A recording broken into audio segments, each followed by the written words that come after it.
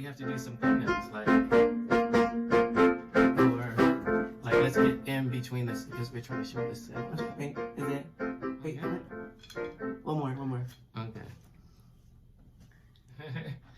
Okay. I have my BFF here with me, Mary. Say hi to. Hi everybody. I'm just getting over a cold, so you know, I'm a little bit, but you know, everything's all good. I'm a school teacher, so you know, people. If y'all know anything about school teachers, y'all already know what we gotta deal with. So you know. But so what we got here today? Well, we have a bacon double crusted cheeseburger with special sauce and onion rings coated in flaming hot Cheetos. What is good?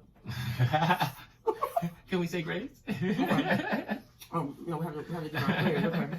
Okay. Okay. Dear Lord, we thank you for friends in a world where people walk alone. We thank you for food in a world where people hunger. We thank you in the name of Jesus. Amen. Amen. Okay. I was about to eat it too. I had to have a taste, you know? Mm. It was good. Oh, very good. I don't know how I'm going to eat this burger yet. You and me both. I'm trying to figure out how this is going to work. I'm figuring it out, though. Because You gonna take it out? I ain't gonna take mine out. You know I always solve big problems. Because you already know. I'm gonna eat mine with it right in there. I bet you is. I'm gonna take a bold risk here, you know? I'm gonna open mouth this baby. Because there's a piece of art right here. So we're gonna flatten it out. Well, I got my training wheels on. You want me to show you how it's done? Yeah, I did. Dare we take it closer to? Oh. Okay. What is that? Oh, good. Oh, we got ourselves look at that.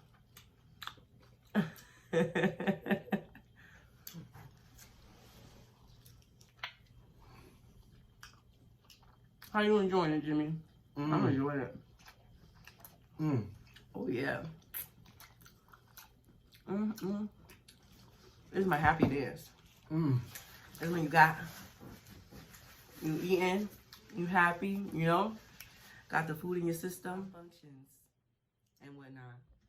I'm gonna go back to eating this food, you know, because God is good all the time. You was reading my mind. You was reading my mind. Gotta do it all the time.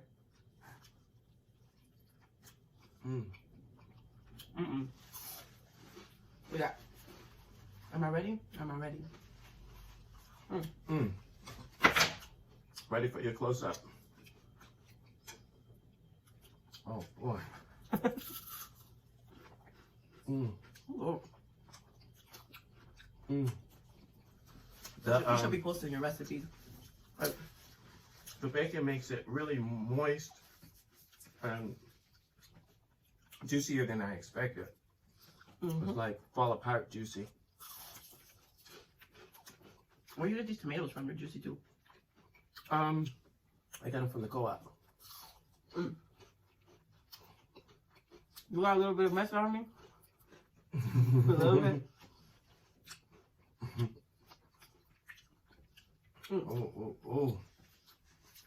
Ooh.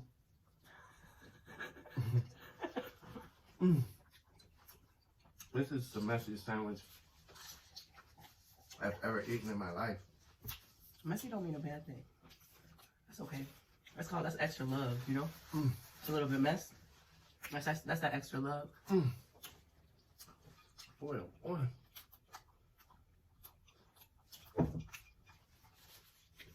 And I have an appetite. Oh, me too. Oh man. I bet you I finished this off.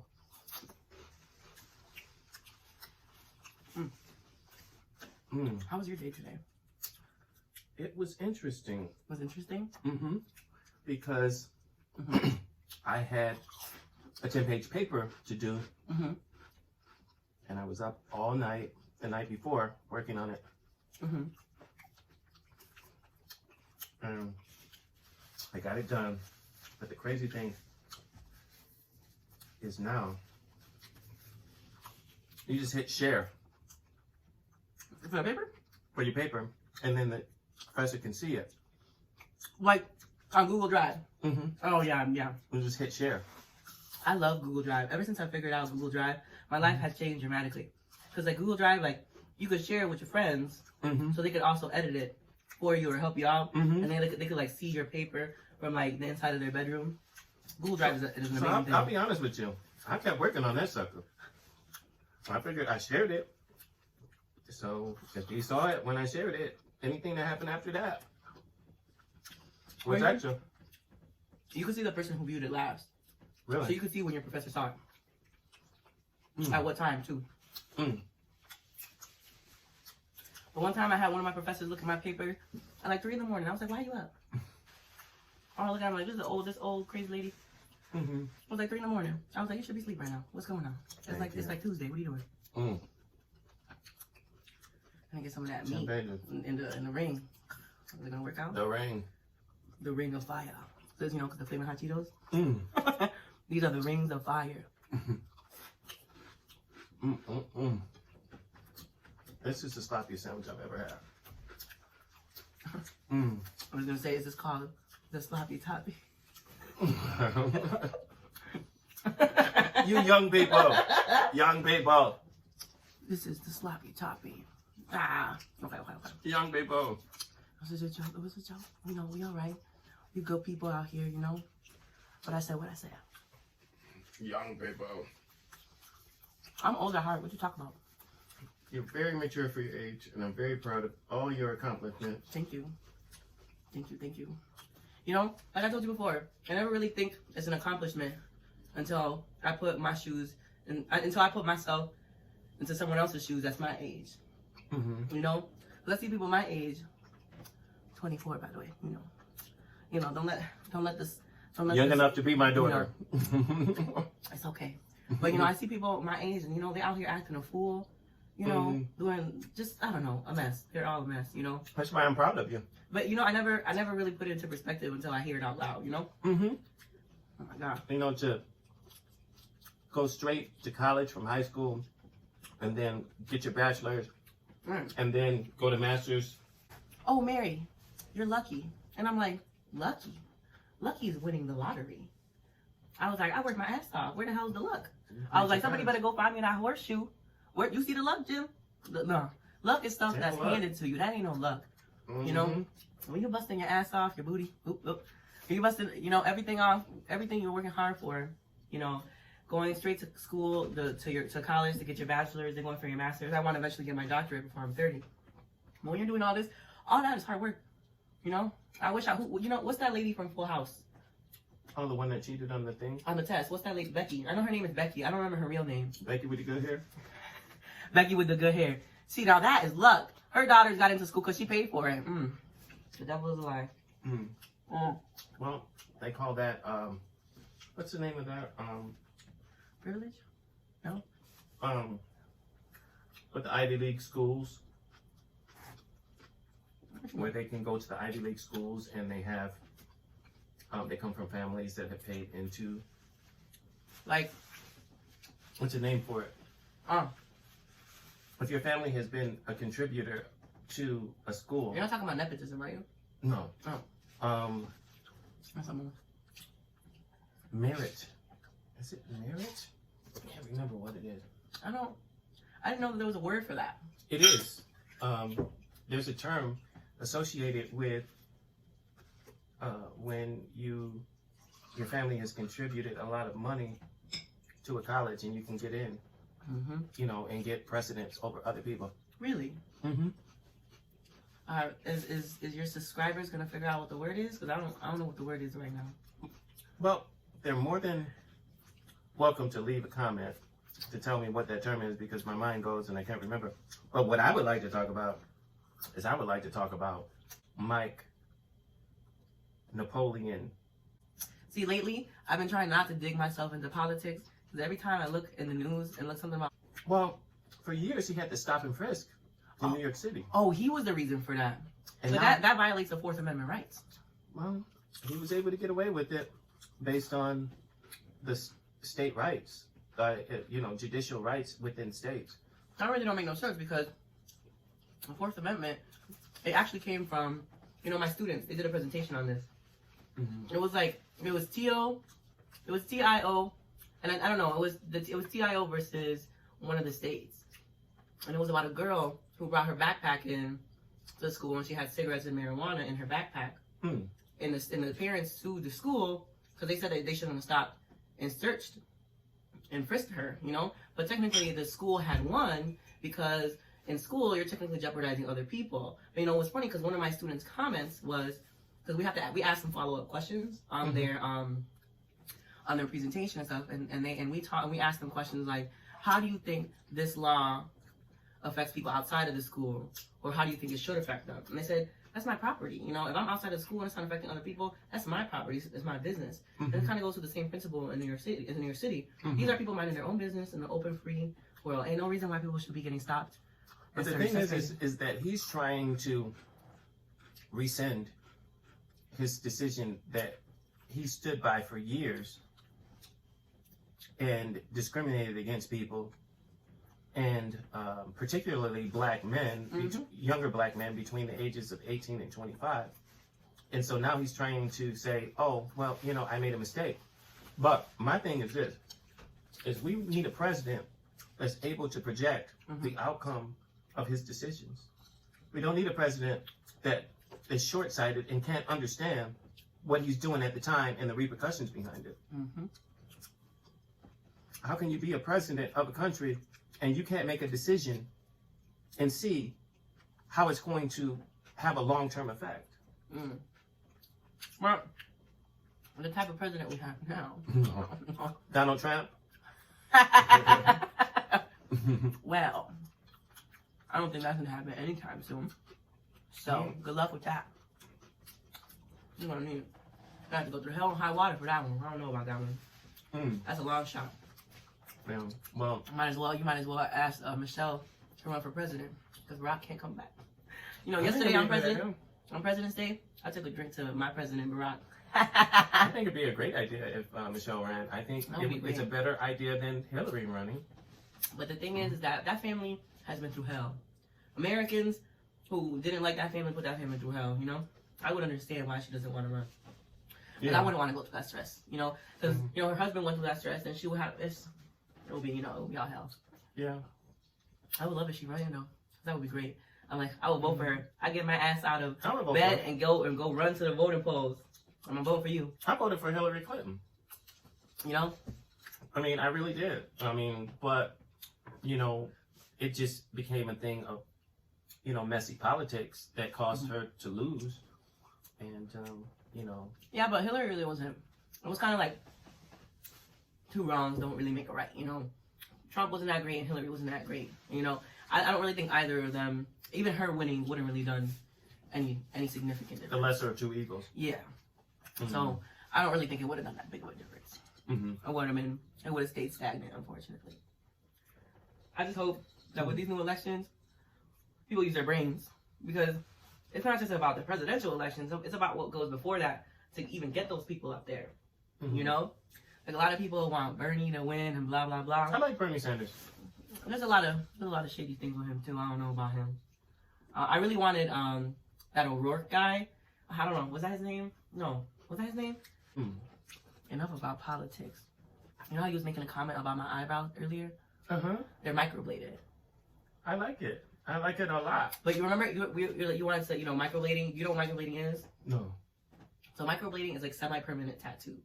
Oh. So I have to get my eyebrows microbladed like a year to a year and a half. So every year and a half I get it microbladed. But it's worth the money. Because every day getting up to do my makeup wasn't working for me. And sometimes they would be crooked. Sometimes, they would be looking a hot mess. Sometimes they didn't have the right color. You always look nice when I saw you. Because you saw me when I was out, when I actually tried. But I'm talking about, think about a regular day. I'm going to work. On a regular day of work. I don't know about that. How about just don't wear anything when you in a hurry? You don't know who you're going to see, Some of these teachers is fine out here, And some of them are single. They be looking at you like, hey. I'm like, hey, ain't no ring on this finger. Gentlemen, You know. Young folks. Why did you hate on me today? Young Dang. people. Why did you hate on me today? Dang. Young people. Their estrogen levels and testosterone levels. Ain't no thing but a chicken wing. Say it with me. Ain't no thing but a chicken wing. One more time. Ain't no thing but a chicken wing. Ooh. Yeah. It's a good one. Uh-huh. This food was good, Jimmy. Thank you. I'm full. Thank you very much. I Thank need you. more of this. I'm so good. I'm so full. Blessed. I feel blessed. We didn't belch one time. Did you? That's a good thing. I usually belch. At some point, I usually Really? belch. I didn't I belch. can't take it out yet. Mhm. I can't take it out. The night is still young. It's still young. Is this like reflection time? Are we supposed to reflect upon our thoughts? Well, I think so. I think that's a good idea. I mean, I thought this food was good. Mm-hmm. Well, I didn't think I was going to be able to eat the sandwich in an effective way, but I did so effectively. Yes, you did. You held it down. You held yours down. You did. I got to give you that. You have to get in there. And you're my first guest on my channel, so I'm really honored to have you here. And as I mentioned, I have a lot of respect for Mary because when I was her age, I just was not ready to be in school. I was not ready to be settled down in the books. You know, I would work and go to work and come home, but I didn't want to go to college right after high school.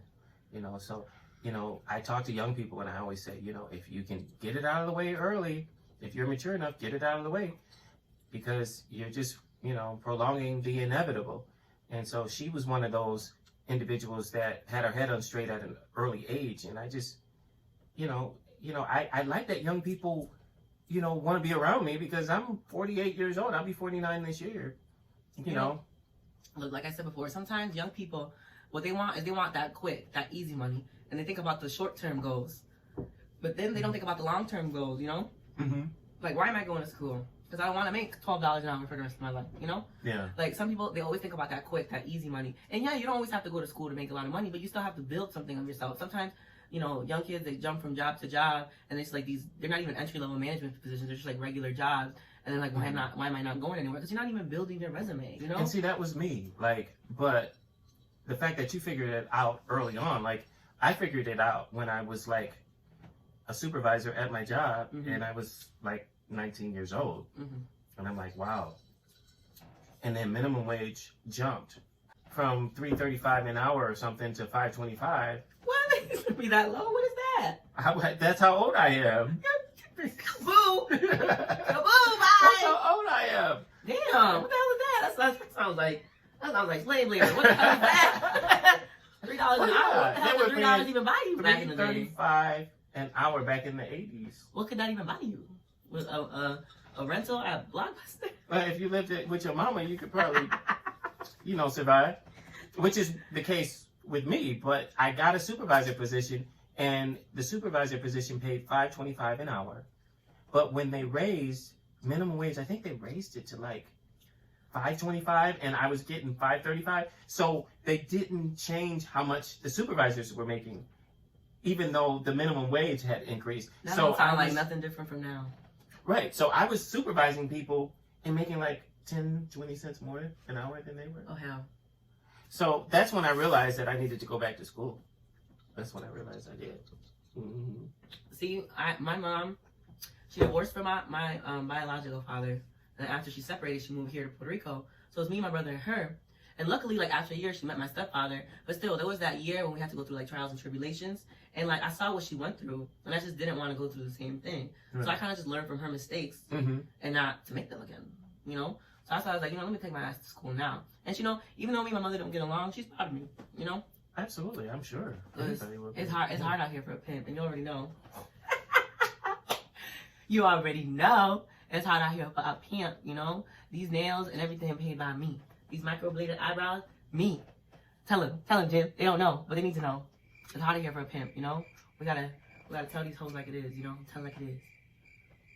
Alrighty. It's okay to spill a little bit of truth in tea. You know, the tea is hot sometimes. You gotta bring yourself a little bit. My mother's a preacher though, so love you, Mom. And you said you guys don't speak right now? That's okay. She'll be alright. She'll be all right. Love you. Because you don't have a filter. None. And you know what? I always tell people, I was like, people wasn't born into Jesus, okay? They found Jesus. Or was they before they found Jesus? Mom, no. I look at her, don't try to blame me right now. I be looking at her like, okay. Like, she's like, you gotta find him too. I'm like, I'll find him. Relax, Mom. He gonna find me. Oh, that's what I was thinking, man. You know, they found him, like, maybe if you follow behind them, you'll find him. Oh, I'm alive though. Because every day she prays for me, and I know. She always tells me, she's like, I pray for you every day. I'm like, thank you, Mom. At least somebody's out there praying for me. Absolutely. You know, mothers are the ministers of a family. I'm telling you, mothers, they will, you know, build a fence. They will put a hedge around their family, you know, and they will pray for their families, and they will speak truth into the lives of their children. Mothers are the pastors of the family. They are. They hold it down, and everybody has a calling. Everybody has a calling to some extent, more or less, you know.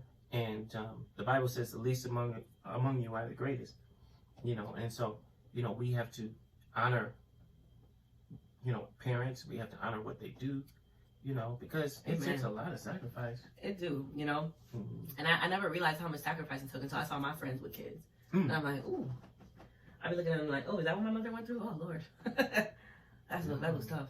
That's why I always tell myself, I'm glad I don't have kids yet. I'm too young for that. Because I'm too selfish for that right now. You know, I want kids in the future.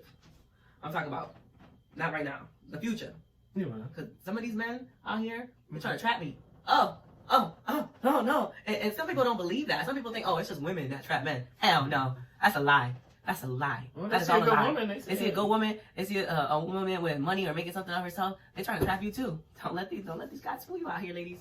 You know, don't let them fool you out here. I used to get kind of jealous of men who had kids, and I used to say, wow, like, you know, I'm a good man. Like, you know, why do they get to have children and I don't? You know what I'm saying? You know, like, you know, I felt like I deserved to have a child more than they did. Yeah. Some of them that were not taking care of their children and that were absent and not paying, you know, there's a lot of aspects to it. It's not a matter of just paying child support, you know, being there for your child and being a parent, you know, and that's when I started to get into foster care and do things like that, because I said, you know, there's a lot of kids out here that need parents and they don't have to look like me in order for me to care about them. Right, right. Because to be a parent is that loving aspect and everything that comes with it. It's not just about that biological component. I mean, yeah, sometimes it's nice, but still, like, adoption is there for a reason. Because some parents, they wasn't meant to be mother or father. So sometimes I see those unfortunate children in those unfortunate situations with adoption. I'm just like, man, if I had all the money in the world to take all of them, I would. But, you know, at the end of the day, you know, adoption is expensive too. And to me, that's also something crazy. Why is adoption expensive? Why? As many kids just need homes. They need homes. Like, you know, and there's loving people that are willing to take them, but the cost of adoption is ridiculous. Yeah. It's ridiculous. I never look into it, but I know it's more than 10 racks. That's a lot of racks. Yeah. That's a lot of racks. Yeah. And you know, like, you know, when I look at it, when I realized that a lot of the things that I, you know, wanted to do in life, I don't think I would have done if I had children, because I would have put them first.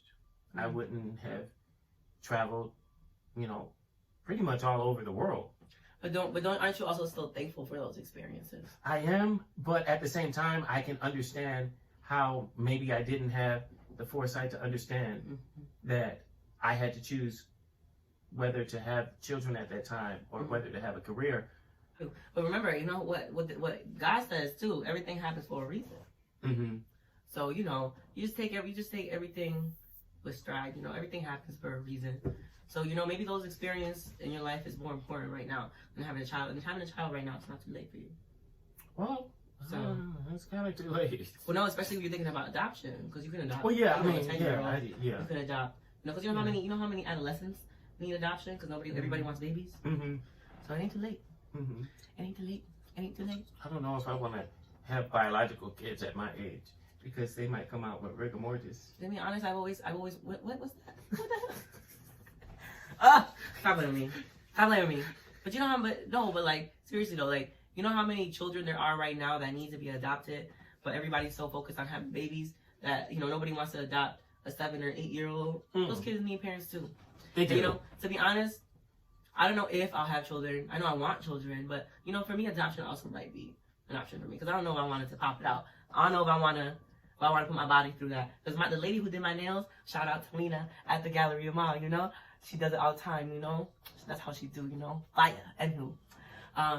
You know, she was telling me about the changes that women go through after pregnancy. She was telling me all this, and I was like, oh Lord. I was like, I don't know if I could do that. I don't know if I want to do that. The last time I was a foster parent, the kids called me grandpa. And Kids ain't shit sometimes. And they would be yelling at me in public. And I'd be somewhere out in public and be like, grandpa. Oh, no. Grandpa. And I'd be trying to ignore them. Like they ain't talking to me. Grandpa. Grandpa.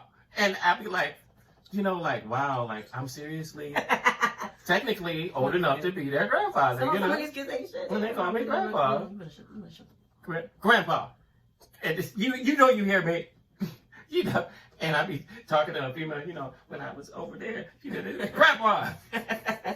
Oh. Grandpa. I'll be damned. If somebody don't call me grandma, I'll be I'll damned. be in the supermarket. Let me get this juice, grandpa. Yelling from across. You know you could come over here and say that to me. And you over there calling me grandpa. Oh, Lord. But, you know, it was, you know, sometimes, you know, you realize, well, technically their mother is young enough to be my daughter. So I could be these kids don't gotta be out here disrespecting you that day. Mm-hmm. You ain't their foster grandparent. You're the foster parent. These kids is disrespectful, god dang it. You know, I'm growing old gracefully. I like the stage that I am in life. I like it. I like to stay in the house a lot. You know, I love to cook. My cooking channel. Please subscribe to my channel. Please subscribe. Hit the like button if you like what you're hearing, and share this with your friends. I am, you know, kind of settling into myself, and I kind of like that. That's good. You know, men mature differently than women. Ain't that the truth? Let's not speak on that. Oh, Lord. Yeah. Let's not speak on that, because... Oh, some men never mature, but that's another story. Never. They never mature. Never, ever? Ever? Never, ever? Ever. No? No. Wow.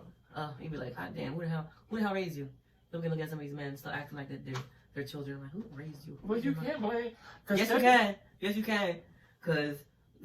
one of my friends, I never forget, we were in our 20s and his mother went out of town. I'm treading lightly with what I say. And he said to me, I can't believe my mother left me with nothing to eat and she didn't even do laundry. And we were in our 20s and I was like, oh, they got baby spoiled. Yeah, he was like, she didn't leave any food prepared and she didn't do laundry. Okay, like, help me understand how... There ain't no understanding. He didn't know how to do laundry. His mom did his laundry. But my father and my mother and father divorced, and my father didn't know how to do laundry. And I used to do my father's laundry. I was 14 years old, and I used to do his laundry after my parents divorced. That's a lot of... I don't know about that, Jimmy. I don't know about that. I don't be doing nobody's laundry but my damn self. Well, see, you know how to do laundry. You're right about that. So should we leave the people with our final thoughts? You go ahead first. This was a great, spectacular meal. People stay in school. Kids stay in school. Don't leave school yet. Think about that large picture. And even if you don't want to go to school, there's the college, there's trade school. There's plenty of things you could do out here. Just do something. My final thoughts. My final thought. First of all, the 2020 election, make sure you vote. What? Make sure you vote. And we can't forget about the stop and frisk in New York City. And Michael Bloomberg. Was it Goldberg? Bloomberg. What is it? I thought it was Goldberg. Bloomberg. Greenberg. Napoleon. Okay. You know, like, does he expect us to forget how he treated and subjugated a group of people? Like, are we supposed to just conveniently just forget that? It doesn't matter how many millions he spends on his campaign. He affected a lot of people's lives for years behind the stop and frisk thing in New York City. And some of the things that he has said are very egregious against not only people of color, but women. And you can keep spending your money if you want to. But, you know, I'm going to use my platform to say, don't vote for him. Never forget. Never forget. Never. Ever, ever? Never, ever, ever. Ever, ever. Ever, ever. Peace and hair grace. Bye, y'all.